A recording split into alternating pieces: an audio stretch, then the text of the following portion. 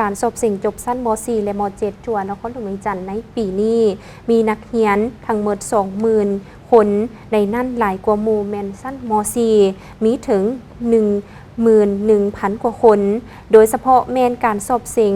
จะเสียงใน5วิชาและแต่ละห้องแม่นจะนั่งโต๊ะละ1คนเท่านั้นการสอบเสียงจบสั้นม .4 อยู่นครหลวงเวียงจันทร์ในปีนี้แม่นจะจัดขึ้นระหว่างวันที่ 11-13 มิถุนายนนี้จัดเป็น2090มีนักสอบเสียงทั้งหมด 11,921 คน มี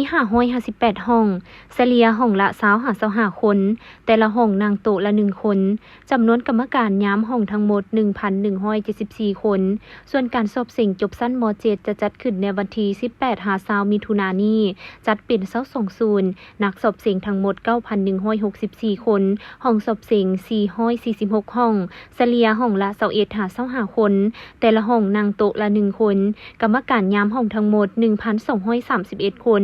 โดยจะสอบเสียงใน5วิชาคือ คณิตศาสตร์ ภาษาลาววรรณคดี กลุ่มวิทยาศาสตร์ธรรมศาสตร์ กลุ่มวิทยาศาสตร์สังคมและภาษาอังกฤษ ปัจจุบันทั่วนครหลวงเวียงจันทร์มีโรงเรียนมัธยมศึกษาทั้งหมด205แห่ง ในนั้นโรงเรียนเอกชน98แห่งโรงเรียนรัฐ107แห่งโรงเรียนที่มีชั้นม .4 เพิ่มขึ้น4แห่งจำนวนนักเรียนม .4 มีทั้งหมด 11,000 กว่าคนและโรงเรียนที่มีชั้นม .7 จำนวน118แห่งเพิ่มขึ้น4แห่งนักเรียนม .7 มี 9,000 กว่าคน